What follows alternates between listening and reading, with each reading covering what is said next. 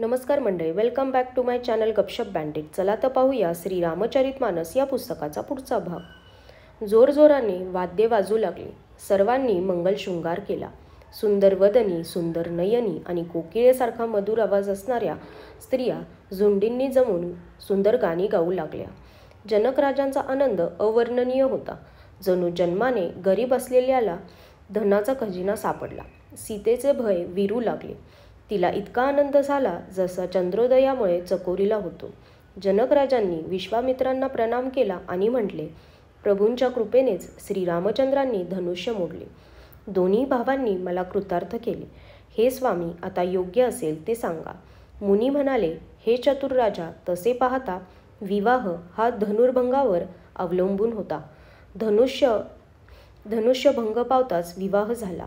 देव, मनुष्य या सर्वांना हे माहीत आहे. तरीही तुम्ही जाऊन आपल्या कुलाचा जो आचार असेल तो ब्राह्मणांना, कुलातील वयोवृद्धांना आणि गुरूंना विचारून, तसेच वेदात सांगितल्याप्रमाणे जसा असेल तसा करा. अयोध्येला दूत पाठवा. राजा दशरथांना बोलावून आणा. राजांनी प्रसन्न होऊन म्हटले, हे कृपाळू, फार छान. आणि त्याच वेळी दूतांना बोलावून अयोध्येला पाठविले. नंतर महाराजांनी सर्व श्रेष्ठींना बोलावले. सर्वांनी येऊन राजाला आदराने अभिवादन केले. राजांनी सांगितले, बाजार, रस्ते, घरे, देवालय आणि नगर यांना चोहीकडून सजवा. श्रेष्ठी प्रसन्न होऊन आपापल्या घरी गेले. त्यानंतर राजांनी नोकरांना बोलावून आज्ञा दिली की सुंदर मंडप सजवून तयार करा. हे ऐकून सर्वांनी आज्ञा शिरसावंद्य मानून ते आनंदाने गेले. त्यांनी अनेक कारागिरांना बोलावले. ते सर्व मंडप बनविण्यात वाकबगार होते. त्यांनी ब्रह्मदेवांना वंदन करून काम सुरू केले आणि प्रथमतः सोन्याच्या केळींचे खांब तयार केले. हिरव्यागार पाचूंची पाने व फळे बनवली. मानकांची फुले बनवली. मंडपाची अत्यंत विलक्षण रचना पाहून ब्रह्मदेवांचेही मन भुलून गेले. हिरव्या पाचूंपासून सरळ व गाठीचे वेळू असे बनवले की ते खरे की पाचूचे हे ओळखून येत नव्हते. सोन्याच्या सुंदर नागवेली बनविल्या. पानांसह त्या इतक्या छान दिसत होत्या की ओळखता येत नव्हत्या. त्याच नागवेलींपासून कलाकुसर करून बांधण्यासाठी दोऱ्या केल्या. मधून मोत्यांच्या सुंदर झालरी लावल्या. मानके, पाचू, हिरे आणि नीलमणी ही रत्ने कापून, कोरून आणि कलाकुसर करून त्यापासून लाल, हिरवी, शुभ्र आणि निळ्या रंगांचे कमळे बनविली गेली. भुंगे आणि अनेक रंगांचे पक्षी बनविले. ते हवेमुळे आपोआप गुंजारव व कुंजन करीत होते. खांबावर देवांच्या मूर्ती कोरल्या होत्या. त्या सर्व मूर्ती मंगलद्रव्य घेऊन उभ्या होत्या. गजमुक्तांपासून सहज सुंदर अशा अनेक प्रकारच्या रांगोळ्या काढल्या होत्या. नीलमणी कोरून अत्यंत सुंदर आंब्याची पाने बनविली होती. सोन्यापासून आंब्यांचा मोहोर तयार केला होता आणि रेशमाच्या दोरीने बांधून पाचूच्या फळांचे बनविलेले गुच्छ शोभून दिसत होते. अशी सुंदर व उत्तम तोरणे बनवली होती जणू कामदेवाने फासे सजवून ठेवले असावेत.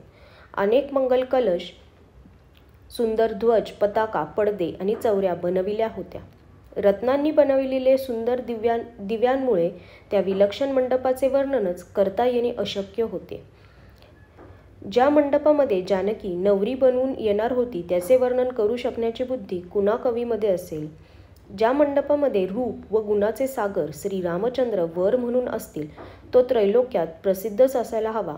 जनकांच्या महालाची जशी शोभा होती तशीच शोभा नगरातील प्रत्येक घरात दिसत होती.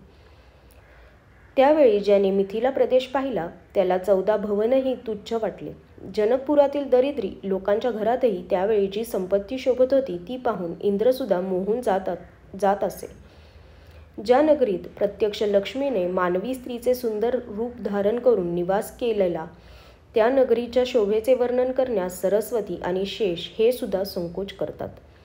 जनकांचे दूत श्री रामचंद्रांची पवित्र नगरी अयोध्येमध्ये पोहोचले. सुंदर नगर पाहून ते आनंदित झाले. राजद्वारावर जाऊन त्यांनी निरोप पाठविला.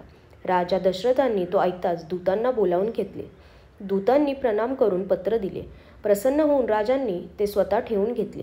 पत्र वाचताना त्यांच्या नेत्रांमधून प्रेम व आनंदाचे अश्रू आले. शरीर रोमांचित झाले आणि ऊर भरून आला. हृदयामध्ये राम व लक्ष्मण आहेत. हातात सुंदर पत्र आहे. राजा ते हातात घेऊन तसेच राहिले. बरे वाईट काहीच बोलता येईना म्हणून स्तब्ध राहिले. नंतर धैर्य धरून त्यांनी पत्रे वाचले. संपूर्ण सभा सत्य ऐकून हर्षित झाली. भरत आपल्या मित्रांसोबत व बंधू शत्रुघ्नासोबत जेथे खेळत होता तेथे वर्तमान समजताच येऊन पोहोचले. फार प्रेमाने संकोच वाटून त्यांनी विचारले, बाबा, पत्र कुठून आले आहे? आमचे प्राणप्रिय दोन्ही भाऊ खुशाल आहेत ना? ते कोणत्या देशात आहेत? ते स्नेहपूर्ण वचन ऐकून राजांनी पुन्हा पत्र वाचले. आजच्यासाठी धन्यवाद.